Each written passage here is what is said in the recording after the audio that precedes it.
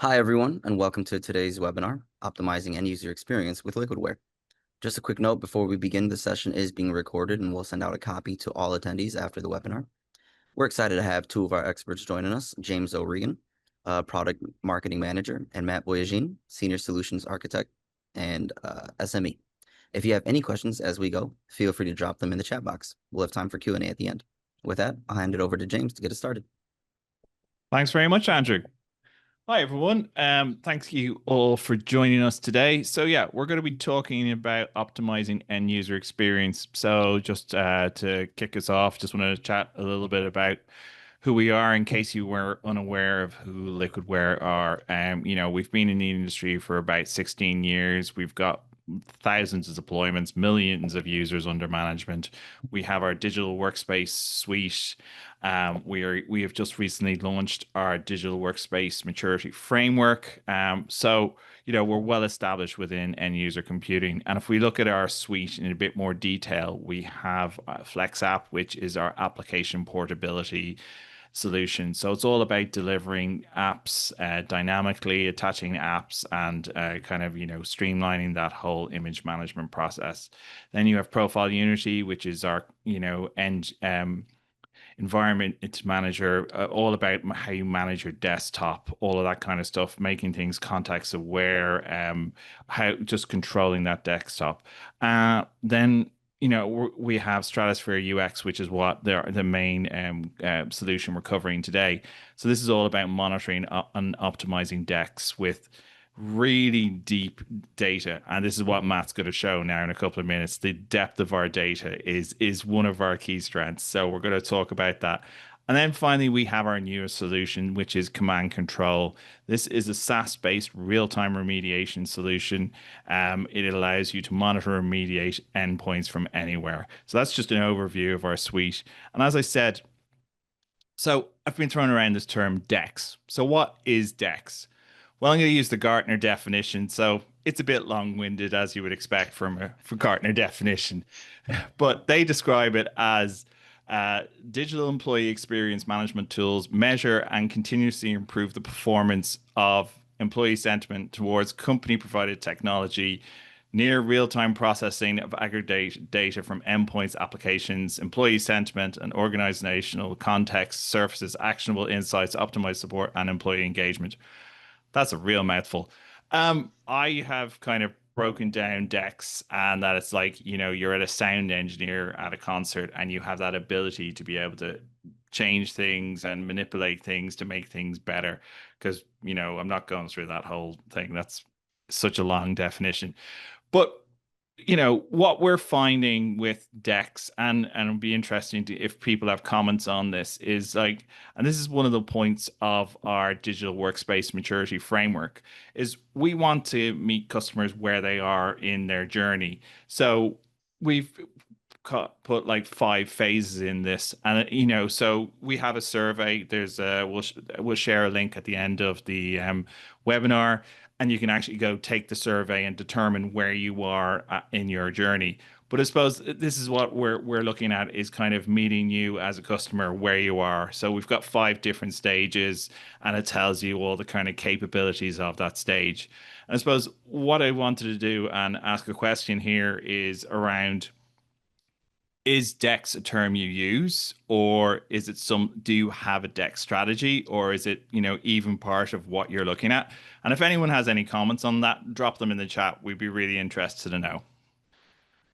So we're talking about end user optimization today, and we're going to go through various different components. And I just wanted to give you some background on our solution. So if we look at, and Matt's going to go into this in a lot more detail. If we look at process optimization, it can improve resource utilization and extend your hardware capability. If we look at our metrics, they can reduce your help desk tickets by like 25%. We also have, with CommandCTRL, we've that live remediation of desktop issues. And, by getting in at that early point, you can reduce escalations by 40 to 60%. So, this is what we're all about with these solutions, is kind of making things easier, reducing tickets, all of those kind of things. So I'm going to hand it over to Matt, who is going to take us through how we can make things even easier for you. Outstanding. So give me 1 second. I'm going to request sharing. And we'll see if it's going to let me share my screen out. Looks like it's good. And I'm very curious if you guys are seeing the black bars that we were seeing a little bit earlier, or if it's all nice and happy. I think it might be these and the Zoom little guy over here that was doing it. So I'm going to try to minimize him and make him go away. Yeah, your screen looks good. All right, cool. I love hearing that. All right, so good morning, good afternoon, ladies and gentlemen. My name is Matt Boyajian, Senior Solutions Architect with Liquidware, and we're going to do a full overview of all different kinds of things that you can achieve with Stratusphere UX, but most importantly, we're going to talk about automation. So we're going to talk about automating things that can be either delivered to your inbox or utilizing Stratusphere to say, tell me about things before they break and what those things happen to be. We're going to talk about predictive analytics. We're going to talk about the side effects of Optimizer, and we're going to talk about the emergence of artificial intelligence inside of Stratusphere and how it's changed everything for us. So first and foremost, we're going to talk about a report. I know this seems so bland, but this report, I would argue, is one of the most effective parts of Stratusphere when it comes to illustrating and isolating what are the good and bad parts about an environment. So when James was speaking before, he was talking about what kind of data and how much data we actually collect within Stratusphere. So we collect over 6,000 metrics per machine, per user, per hour. When you compare that against other solutions and other systems, it dwarfs pretty much anything that you're going to find inside of the industry. And that means that we have a lot of leeway to tell you things that you may not know about. So what we did is I ran a diagnostic findings report inside of my own environment, which is always fun to expose your dirty little secrets. And we're going to take a look at what is inside this report, how to read it, what kind of information we can glean from it, and why you should be automating this report so it's delivered in your inbox on a weekly basis. So this report's divided into 4 sections. We have scope, findings, user experience, and recommendations. So the recommendations we're actually going to talk about based on the findings inside of the report. And then we're also going to take a second step and see what artificial intelligence can give us in terms of recommendations. First, let's talk about the scope. This was a report that I ran a couple of months ago inside of the environment. I found a bunch of weird things, which is why I kept it, because it's always fun to talk about. We have 74 users, 123 machines, 120 machines, 43 vCenter hosts, 1 vCenter import. Now, it's really important to remember that when it comes to this report, it is agnostic, meaning I can run this against physical, virtual, cloud, desktop, laptop, workstation, running Windows, Linux, Mac, or even thin clients. And this report will be just as pertinent if I had run it inside of a box stock Windows 10, Windows 11 VDI environment. So try to keep that in mind. This is very much a report that is universal. Next up, we have a little bit of a precursor of things to come. This is the UX profile definition. Now, remember, Stratusphere is a learning appliance, meaning the second you turn it on, it's immediately going to learn about your environment and your users. And what we'd really like to be able to do is take that learning process and feed it into a predictive analytics algorithm. So, obviously spoiler here, but we're going to talk about that a little bit later. And this entire learning process defines the UX profile definition. This is my fingerprint. Every customer, every organization is different, and Stratusphere is going to learn your fingerprint. That way, whenever there's a deviation, whenever something is going against the grain or something bad is going to happen, Stratusphere will tell you before it reaches critical mass. That's what predictive analytics should be bringing to the table. So this is what Stratusphere has learned about my environment. And whenever you see color inside this report, in terms of green or yellow or red, it all calls back to these values that are learned from Stratusphere. So these aren't, best practice values that we just dump into the product by default. These are things that are learned for your specific environment. We also have user groups. So I can import these from Active Directory, vCenter, CSV, pretty much anything I want.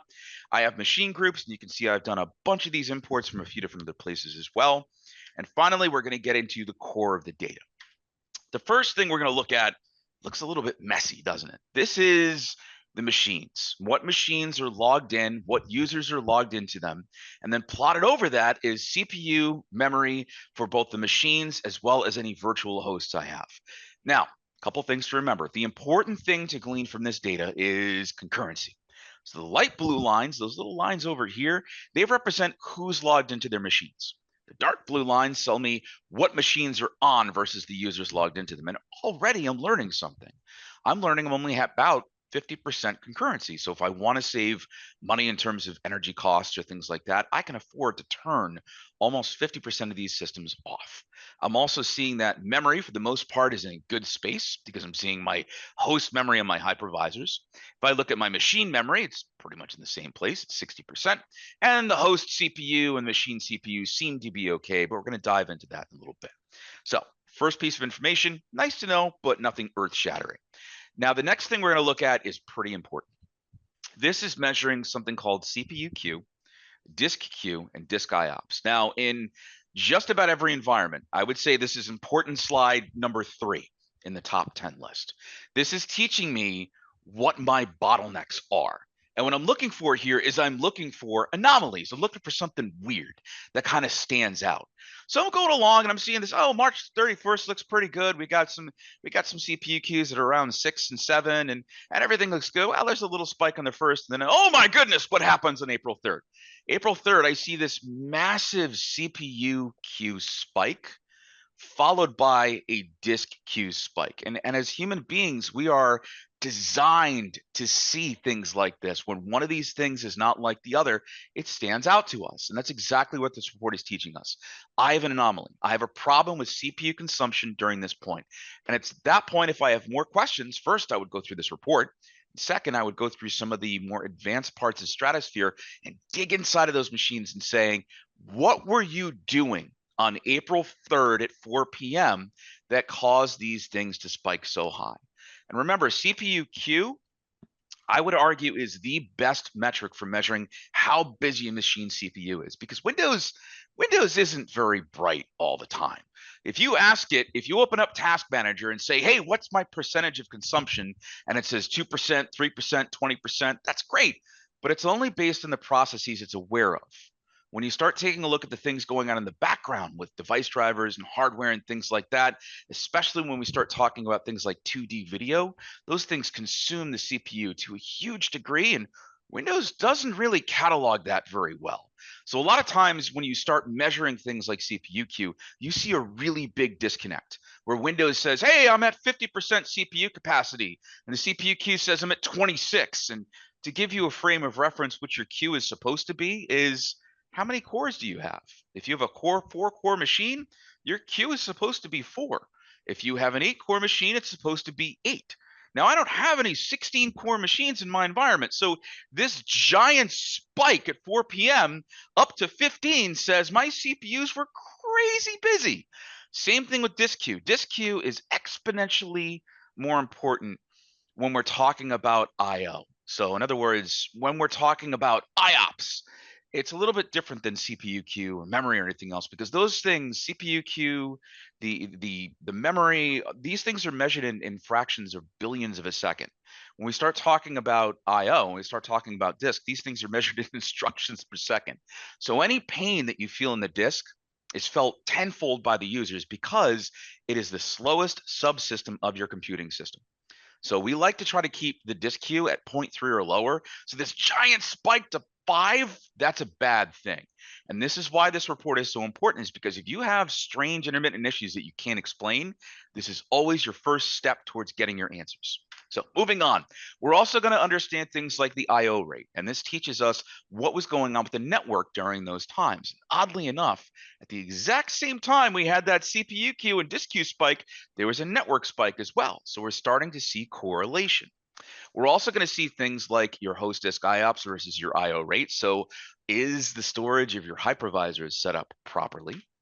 We're going to see things like login delay versus application load time versus host disk latency. And this is important because it's teaching us, are your application load times or your login delays impacted by what the disk is doing in the background? Sometimes the answer is yes, sometimes the answer is no. But either way, we need to understand causality. Now, we're going to get to what I would say is probably the most important slide, number 2. And this one seems benign. It doesn't seem really important, but what it's teaching us is a big deal about stability. So it's laying out three things. It's saying I have page faults, which page faults are great, but they're not the star of the show here. And then I have GDI objects, the yellow line. That is a measurement of 2D video. One of the most often underlooked aspects of cloud VDI and laptops that we see in the modern age, because people have 4K monitors, they might have 2 or 3 or 4 of them, and they don't consider the fact that 2D video is not rendered by your GPU. 2D video is rendered by your CPU. It is no longer accelerated. So the more that you're doing with those huge high-res 4K monitors, the more you're consuming CPU without really using it.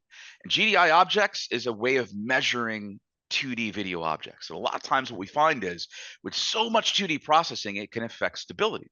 In my environment, I'm seeing the opposite. This means that even though I don't have a crazy amount of GDI, I have application instability, these giant orange lines that keep going up, which means I have other problems inside of my environment that aren't necessarily related to my GDI. So what does that mean?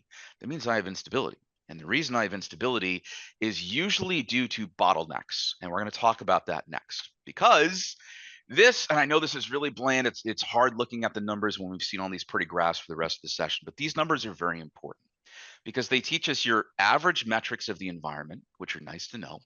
The peak average, which is a collection of hourly maximums for everybody, which I would argue is the most important metric you can look at, and peaks, which is the maximum that everybody saw. Now, based on what we've just seen about the environment, what do we know? We know we have a CPU problem, but we don't really know how bad it is. So let's go and take a look at the CPU queue. It says most of the time we're at 4.0, which is good because most of my users have quad cores. We can see the usage is at 8% according to Windows at that time. And then peak average jumps up to 96, and oh my goodness, the CPU queue goes up to 160. That is the first giant red flag, because whenever we see CPU go over triple digits, you will have application crashes. And you notice during that time, the number of ANRs that I see starts steadily going up. So the least I have is 2, the average is 3, and this is on a per user basis, so this is a pretty big deal. We see the ANRs going up to 4.0 peak average with a peak of 19. So I really have some big stability problems in this environment. And performance is good, but what management really cares about is, can people do their jobs? And if I start seeing 19 applications crashing over the course of the week for the majority of my users, that's a big deal. We need to figure out how we can drop those numbers. And when we're looking at this, we can already see why my stability is so bad. My stability is bad because my peak CPU queue is 1149. Remember, I said things are going to start to crash once you get past triple digits. So if I'm past 1,000, apps are going to crash, and they are going to crash hard. And most people don't have any visibility into this whatsoever. And this is why the data that Stratusphere provides you is so important. Just moving along with some of these other metrics here, we can see that my memory consumption, most of the time I'm pretty good at 50%, but sometimes I get really high at 100%. You want to keep an eye on that, because if you get to a point where memory and page file are both at 100%, guess what? The machine crashes. We want to stop that from happening. Next up, we can see that IOPS is pretty good. I'm a little bit above average. Most companies are around 20 when it comes to IOP consumption. I'm at 36. I'm pretty heavy. We can see our peak average at 6,496. All of a sudden, the disk queue jumps up to 26. Now remember, I said, I don't like that. I want to keep it at 0.3 or lower. So if I'm at 26, that's kind of screaming at me, hey, your disk is too slow. You need to do something about that. Or you need to decrease consumption on the machines. We'll talk about how we can do that. Finally, my peak IOPS, 220,000, is really high, and we see that the queue is completely maxed out. The highest it can go is 100, so that's a bit much. So again, we need to do a few different things here. We need to look at this holistically. We need to say, A, is there stuff I can get rid of so I can decrease this crazy CPU and disk consumption? B, is there any way I can increase how many virtual resources or physical resource a machine has? And C, what can I do to optimize it to make these numbers better? So we're kind of burning the candle at both ends. And then from a virtual or VDI perspective, I can also see what's going on with the hosts. So my first big problem is I don't have a lot of free CPU. So I can't just throw CPU at these clients to make things better. I'm at 99% peak, which means there's not really a whole lot left for me to give out of these servers that I have. Memory, same thing.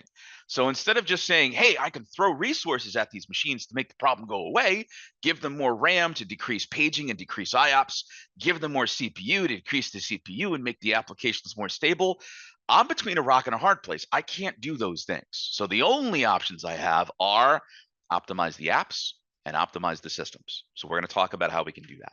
Before we do that, though, we need to learn a different perspective. We need to understand things hourly.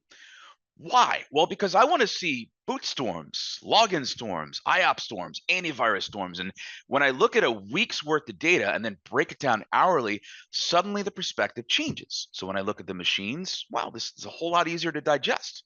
When I look at the CPU queue and the disk queues, well, wait a second. Looks like my peak pain points are at 4 o'clock. And I can see some other pain points that are starting to develop here. So when people first log in at 9 a.m., there's a spike. When people just go to lunch and they're browsing around the web and they're messing around on Chrome, there's a spike. And when they just go home for the day, there's another spike. Is this normal? Yes, this is what we see in a lot of organizations. But what's not normal is the amount of spiking that I'm getting, that weird anomaly we saw before. We have to solve that problem.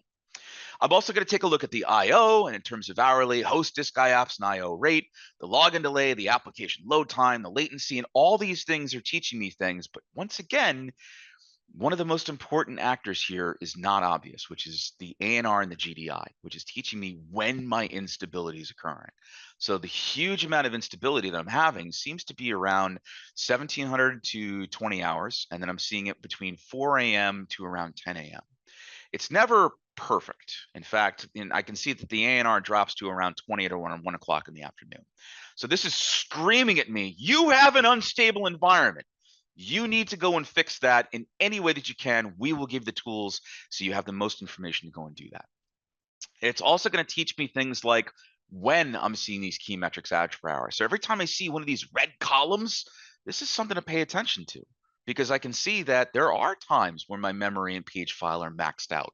There are times when CPU queue is huge, and these are based on your numbers, your idea of normal. So when I see stuff like this, it means I should be paying attention to it.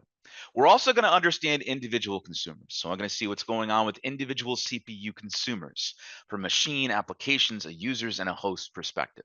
I'm going to do the same thing with memory. I'm going to do the same thing with I/O, so I can figure out where is this crazy amount of IOPS and CPU coming from. But then I'm also going to take apart your applications. I'm going to say, all right, who's using what applications and under what conditions are we seeing these resource problems? So if I wanted to find out where is all my CPU going, Co-design is actually one of my high consumers here, followed by MRT, POQ exec, and some other fun stuff. If I want to understand where my memory is going, I can see it's actually Tomcat and Edge that are consuming the most of it. So if I want to reduce that memory consumption and CPU consumption, that's a couple of places that I can go and start tagging things out. IOPS. Well, if we wanted to know where our IOPS was going, here you go. Somebody's running VMware Workstation on a VDI machine. That's always fun. We have code design running and SDX helper, and these things are chewing up almost 10,000 IOPS a piece. So I might want to go to the people that are running these things. Stratusphere can tell me and say, hey, what are you doing with code design? Or why are you running VMware Workstation on a VDI system? There's a more efficient way for you to go and do this. So when we start pulling out things that aren't necessarily mission or system critical, we can say, all right, we can drastically reduce consumption from that angle. GDI objects.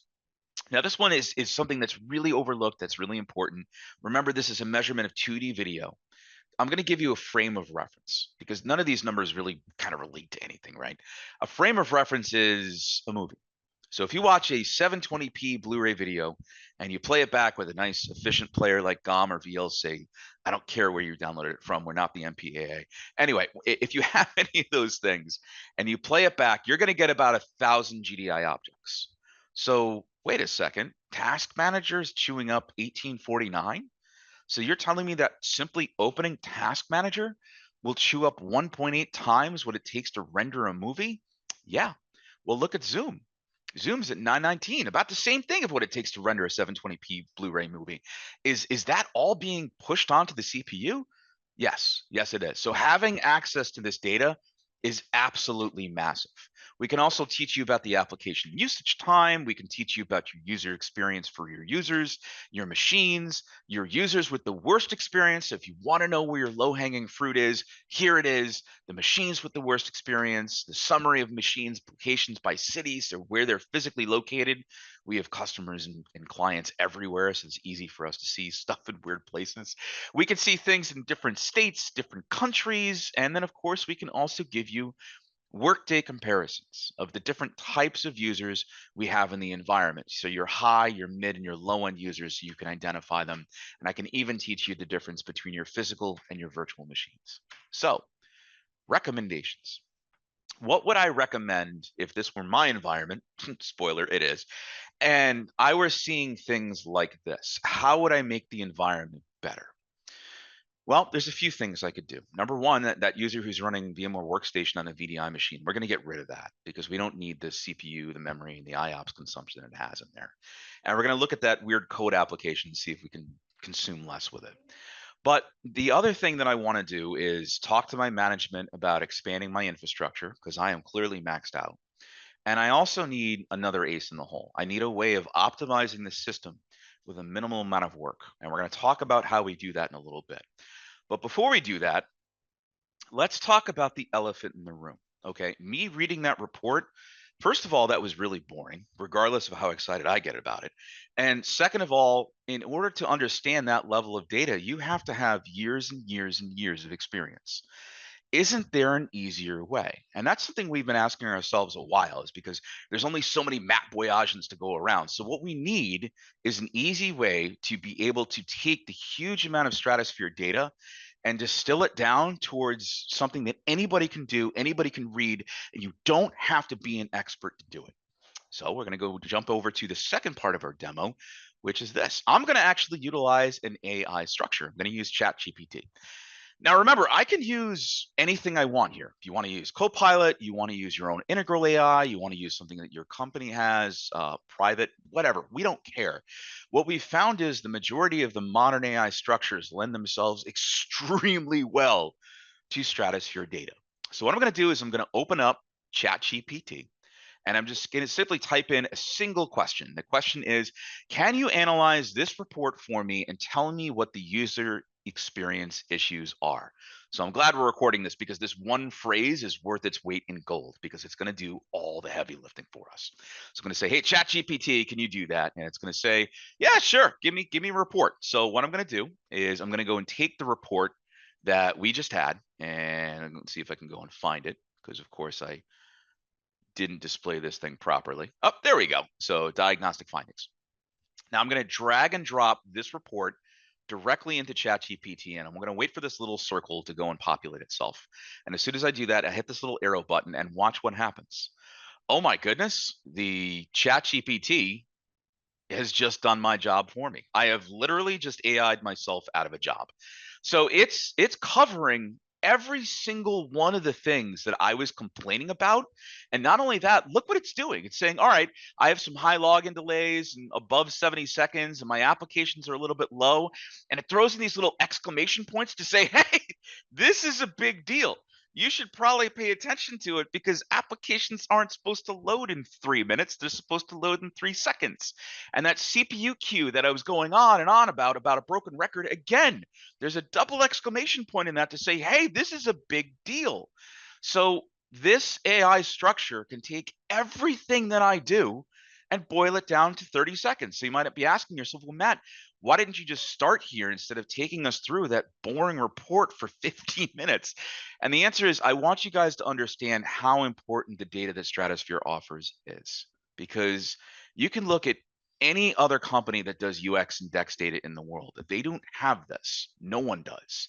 So yes, it's a little difficult to understand, but the good news is that AI simplifies everything for us.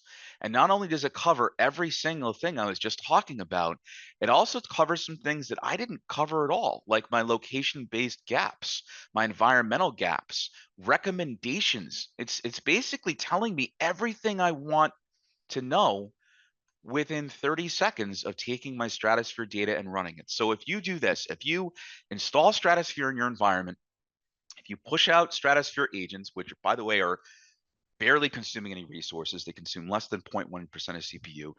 Run it for a week, and then just take that data, run diagnostic findings, and push it into AI. It will do the work for you. Now, this is not just a commercial for AI, because obviously there's a reason we're talking about bringing this data into Stratusphere. And the reason is that this is ultimately going to be the future of Stratusphere. We recognize that having this much data is great, but analyzing it's difficult. So if I can simply take this data and dump it into ChatGPT and give you something that's completely world changing, then why can't I just have a button inside of Stratusphere that does it for me? Or maybe why can't I have my own AI appliance that talks to Stratusphere and gives me this data? Well, the good news is both of those things are currently in alpha, and you should expect something from our company within the next 12 months in regards to AI. In fact, I'm not going to spoil it, but James is also going to be talking about some fun stuff in relation to that. All right, so now we've gotten past the first two demos, so I'm going to stop sharing, and we're going to go back to our presentation. I believe, James, we had a poll question that we want to ask through chat. Do you want to pull that up?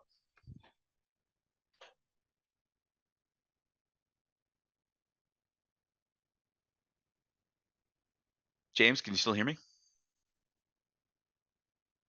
You're on mute, buddy. I can There hear he you. is. I can hear you. I can hear you. What on earth? Oh my word.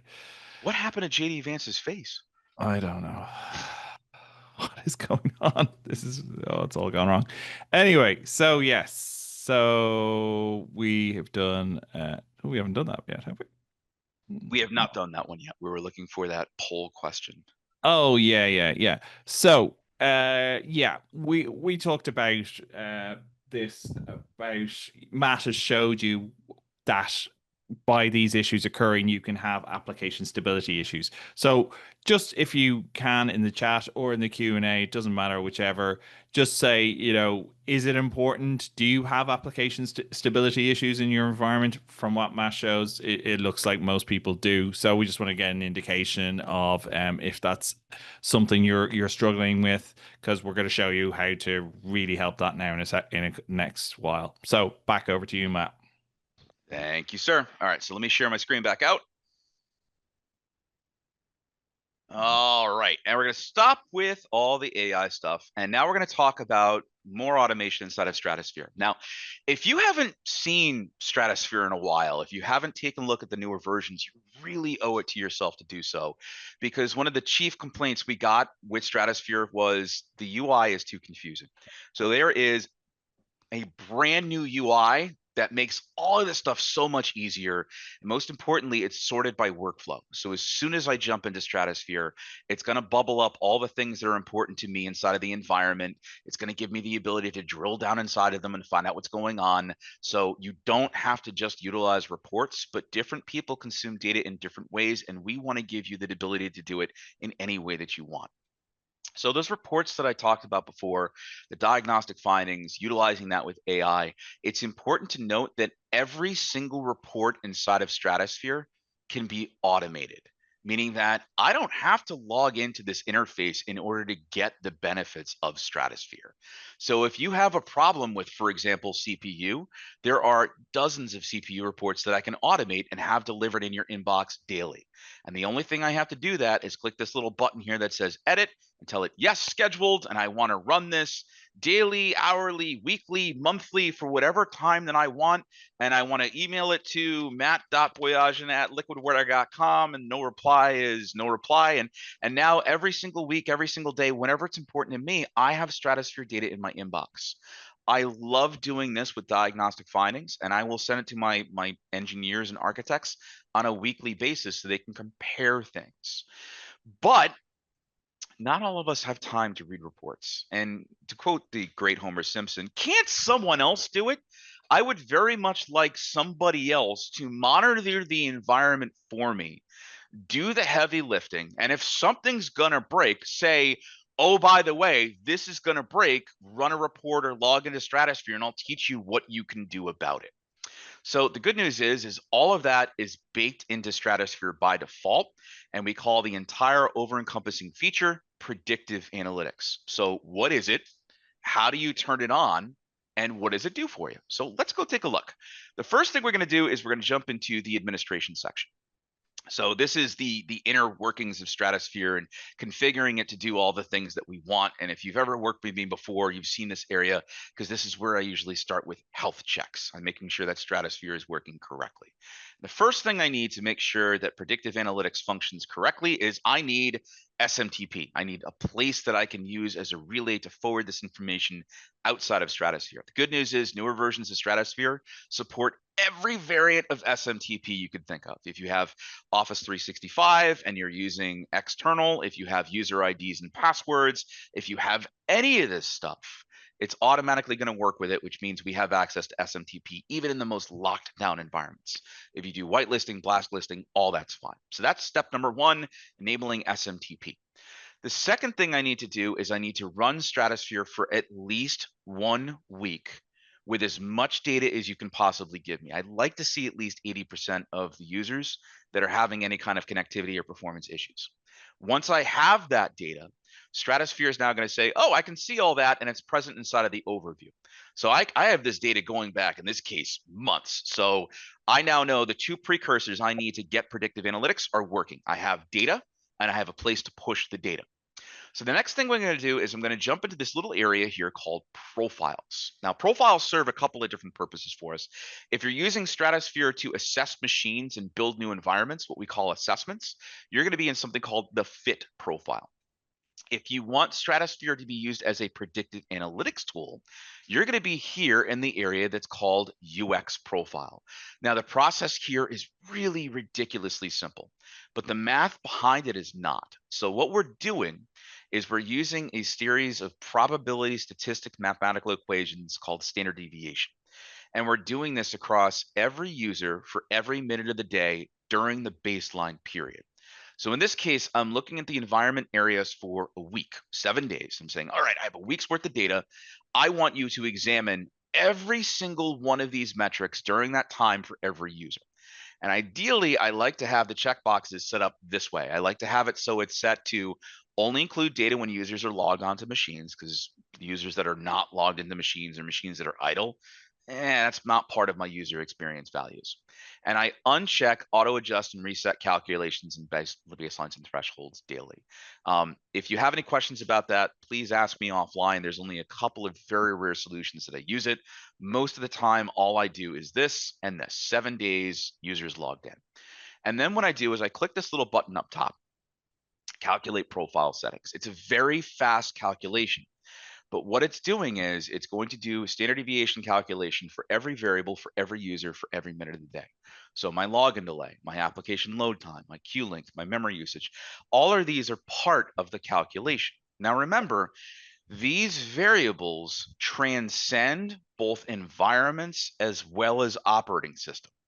So it doesn't matter if I'm a Linux user or a Mac user or a Windows user or a desktop or a workstation or a laptop or a server or cloud or VDI or local, none of that matters. All of these metrics span those things. So the good news is it's very set it and forget it. You don't have to think about it. So after I click this button, we're then going to be given a profile. And you can see all of these things have been filled in for me, and some of them are fairly arbitrary, and the weights have been designed and all those things. Why is that? Well, again, this is my environment. This is my idea of normal. Now, there's a couple of variables that I generally don't like going beyond. So you heard me gripe before about disk queue length. I do like to have that as a fair value of 3 and a poor value of 1, just because disk is very important and I want to be told about it. Now, just be careful. If you start putting values like this in here, Stratusphere may get more aggressive on you and start inundating your inbox saying, hey, your storage is terrible. Your storage is terrible. So keep that in the back of your head, is that if the environment is really poor, and I'm starting to tell you, use these best practice numbers, you may get a lot of basically reading some Stratusphere saying, hey, you got to upgrade your storage now. But beyond that, everything else is going to be pretty basic in here. I do like to keep the queue lengths at the number of cores for fair and double the number of cores for poor, which is what the learn value is in here. Every other value that Stratusphere learns, you can leave alone. It's all completely subjective. Now that we've got all this ridiculously heavy math out of the way, what do we do with it? Well, we use it as a canary in a coal mine. We use it as an early warning system. And the way that we do that is, now that we've got all the heavy data of a week's worth of data, we've analyzed it, we know what's normal for you, we've inherited a couple of best practices. Now Stratusphere is locked and loaded to tell you what's going to go wrong in an environment before it does. And the way it does it is very, very simple. It does it in the alerting section. Now, the alerting section has a lot of different functions to it. So there's a lot of things that we can do. We can alert based on, for example, unauthorized activity, network events, host events, disk IOPS, machine events. The one that I care about is this one right here. So if I want to turn on predictive analytics, I need to turn on alert based on poor VDI UX rating. And the number that goes in this box is 1% of the user base. So if I have, really easy, 100 machines, boop, I put in 1 machine rated poor for VDI UX since the last check. If I have 1,000 machines, I put in 10. If I have 10,000 machines, I put in 100, and so on and so on and so on. Now, wait a second. This says rated poor for VDI UX, and the profile keeps mentioning VDI UX. Is this a purely VDI play? Absolutely not. This works equally well on VDI as it does on physical and cloud. So the fact that it was geared for VDI during its inception has no bearing on how we use it now whatsoever. In fact, it doesn't matter what you use in it, it's going to be equally effective as providing you detail on what's going to go wrong before it does. Why? Well, let's think about this for a minute. I've learned what normal is for me and my users over a long-term period of time. And I'm saying if we see a 1% deviation, a super small deviation in user experience, alert me. So what is Stratusphere going to do when that happens? Well, what it's going to do is it's going to alert based on either an SNMP version 2 trap or an email notification. You know, my favorite is going to be email notifications. And when this occurs, it's going to say, I have a user experience alert based on X, and it's going to say CPU queue has increased by something, or disk queue is increased by Y. But basically, it's going to give you a detailed blueprint on what's going to happen in the environment before people are calling the help desk. So this is huge. It means I don't have to be an expert in Stratusphere to get the best out of it. All I have to do is turn it on, learn it for a week, click a couple of boxes, and now I've got grade A predictive analytics with thousands of metrics at my disposal to make everything work the way it was supposed to. All right, so that is what we have for predictive analytics. And now we're going to come into demo number 4, which is a callback to the first demo we gave for diagnostic findings. So at the beginning of diagnostic findings, when I was going over that ridiculously huge 49-page report, I said what? I said, I've got a couple of ways I can fix these problems. I can fix my CPU and disk problems by what? Well, I can get rid of some of the applications that were in there. Someone was running VMware Workstation on a VDI system, which is crazy. It's inception of VDI, if you think about it. And I also said that I need to request more hardware. And all those things are great. I can also do some things like dig into my images and maybe do some image optimization. But again, a lot of that is simply not enough. So what's great is we have a function in Stratusphere that can drastically help you with these things and do so automatically. And it's called Stratusphere Optimizer. Now, where you find Stratusphere Optimizer is going to be all the way over here in Hub Administration. And if you go into Connector ID keys, these are the settings that we actually pull from Stratusphere in relation to all the things that we grab. And there's a lot of really cool stuff in here. And then way down here at the bottom is this tiny little guy. It's seemingly so tiny, so insignificant, but it's a big deal. This is process optimization. So what Process Optimizer does is a couple different things. So if we take a look at Windows in particular, Windows is kind of a funny little bird. What it does is it says everybody gets equal footing in terms of processes. So if I open up Task Manager, and if I go to my processes and go to details, and I took a look at all the junk that's running on this system, and if I just right click on any one of these, like the game input service, which is here for God knows what reason, and I look at the priority, it's normal. Everybody's priority is normal, whether we're talking about Edge or WebView 2 or Fathom, which is my AI note taker, or Chrome, or any of the other stuff I'm running, everything is given equal footing. And that's a problem, because if I am CPU constrained, if I am disk constrained, if I'm constrained in any way, I have, in some cases, thousands of processes fighting over that CPU and that disk. So what Process Optimizer does is it says whatever's in the foreground, whatever's in focus is going to be given above normal priority. So in my case, it's Google Chrome, or it might be PowerPoint, or it might be any of the other junk that I run in the system. But whatever's in focus is given above normal priority. Whatever's not in focus is given below normal priority. Now, we've been running Optimizer in enterprise environments for quite a few years. And originally, the way we kind of incepted this was, oh, it's just going to make systems faster. So especially if I have older, slower systems with not too much CPU, because I'm giving higher priority to what is in the foreground and lower priority to the thousands of threads in the background, it's going to drop the CPU queue a little bit and systems run quicker. So the user says, yay, this is faster. So I can squeeze more life out of my laptops by a few more months, maybe even a year. I can move to a lower tier of VDI consumption. So instead of everybody getting 6 cores, maybe they get 4. Or maybe if I have user experience issues, it'll iron some of those out for me by dropping those peak CPU queues. And over a few years, it actually surprised us, because what we found was not only did CPU queue get lowered from a peak average and a peak perspective, but the thing that really surprised us was, you remember when I was talking before inside of the diagnostic findings report, and I said whenever we had a CPU spike, a really big spike, apps would crash? Well, Optimizer was reducing those huge CPU spikes by spreading the load out over time. So the really funny side effect of this was Optimizer makes applications more stable. Or a better way of saying it is Stratusphere Optimizer makes your environment more stable. Because if we're being honest, our management, if we say as engineers, as architects, as admins, hey, I made everyone's logins 10 seconds faster, you get a pat on the shoulder and good job. And aside from that, they really don't care. You saved us a little bit of time and money, but you know what? That's OpEx. We don't care. What they really care about is CapEx and productivity. So if you were able to go to your management and say, I could make our applications in our CPU constrained environment 30 to 70% more stable, that's huge.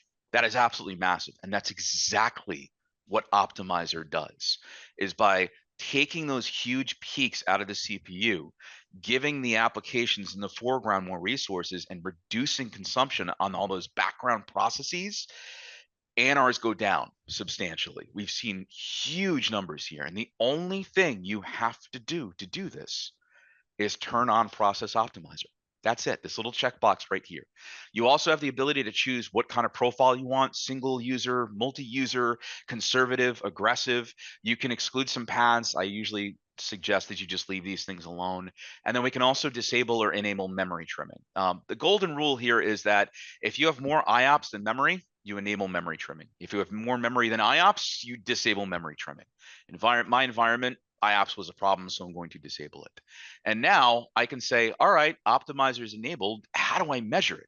Well, you measure it with Stratusphere, because Stratusphere has reports that can say, hey, show me the environment before and after with Process Optimizer and show me why it's better. There are dashboards in Stratusphere that we can use to show you it's better. But most importantly, over time, I can show you that applications not responding is decreasing simply as a result of having us there. And that, ladies and gentlemen, is the big demo I wanted to showcase today.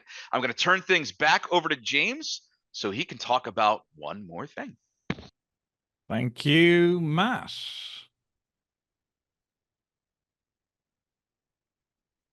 Okay, we'll try this again. Okay, so yes, so we've been talking a little bit there about how we can help.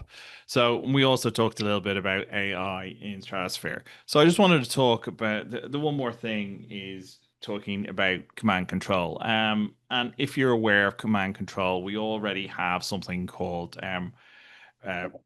process identification, and that uses AI to identify processes. So if you look at Task Manager, instead of going, I don't know what that is, I have to go Google it, potentially hit a site with malware, you can integrate AI into command control, and you can pull in the process information about who the process is by and all those kind of details. So we wanted to take AI to the next level. So obviously command control very much produces lots of information, and we're like, well, what could we do with that? So it's similar to what Matt was talking about. We're going to, in a kind of a similar way, look at all the information that command control has. We're going to push it out to an AI of your choice. That could be ChatGPT or Claude or XAI. Doesn't matter. You can configure that within the console. And basically, what you'll have is the ability to be able to troubleshoot issues and get recommendations about what is wrong with that system and how to resolve them. And this is what's going to be coming with the next version of Command Control. So as I said, we previously had the whole thing around process optimization. Not process optimization, that's what Matt was talking about, process identification. So we've extended this out, and instead of like what we're doing is utilizing public AI to give us more insights into what's going on. And what we're going to do is any of that kind of PPI or identifiable data, we're going to kind of parse it out so that is not passed on to the AI system, but it will just, increase that ability to resolve incidents far quicker and get real insights into what's going on. So that will be becoming in the next version of Command Control, which is due in Q3. So awesome. I'm in your head now, by the way, James. You're just going to not be able to think of anything but process optimization for the next 3 days. I know. I just thought the thing with process optimization, and as I said, it's such a small button within Stratusphere, and the potential for like reducing the application crashes within an environment. It's kind of it's amazing, and it's kind of a bit mind blowing, to be honest. So yeah. So yeah, we want to continue the conversation with yourselves. So we would really like you, if you have not already, to sign up for our community. There's a QR code on screen. You follow a simple process, and we'd love to welcome you there. And if you have any kind of follow-up questions, put them on community. We have all our SMEs on there, including Matt. So if you've got a question for Matt, dump it in community. He'll have a look at that and get back to you. Everyone from Liquidware is there, from our CEO David to our CTO Jason. So if you want to really interact with Liquidware, the community is the place to do it. We'd really like to know what you guys think of Stratusphere. And what we have here is a Gartner Peer Insights.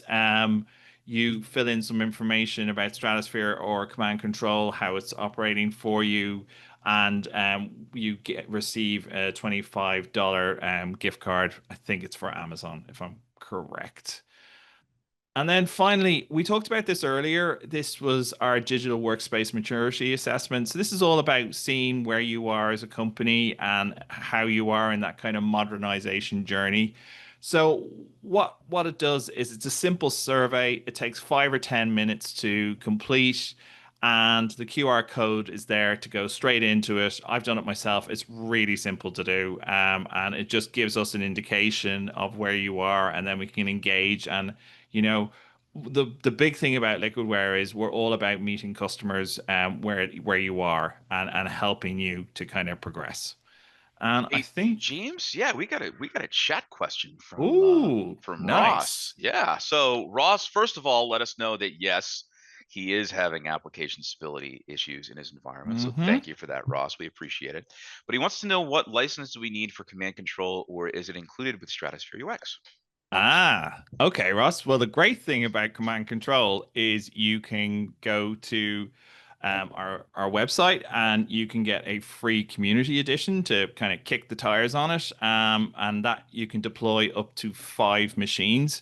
So you can really get a feel for it and see if it's something you want to progress with. So that's the kind of first step with Command Control, is the community edition, which gives you up to 5 machines. All right, outstanding. Sounds good. Sounds good to us too, Ross. Thank you. Any other questions, comments? Okay. It's been an absolute pleasure having everyone on here. I've really enjoyed co-presenting with Matt. It's always fun with that, and I think Matt's given us some real insights into the power of Stratusphere UX.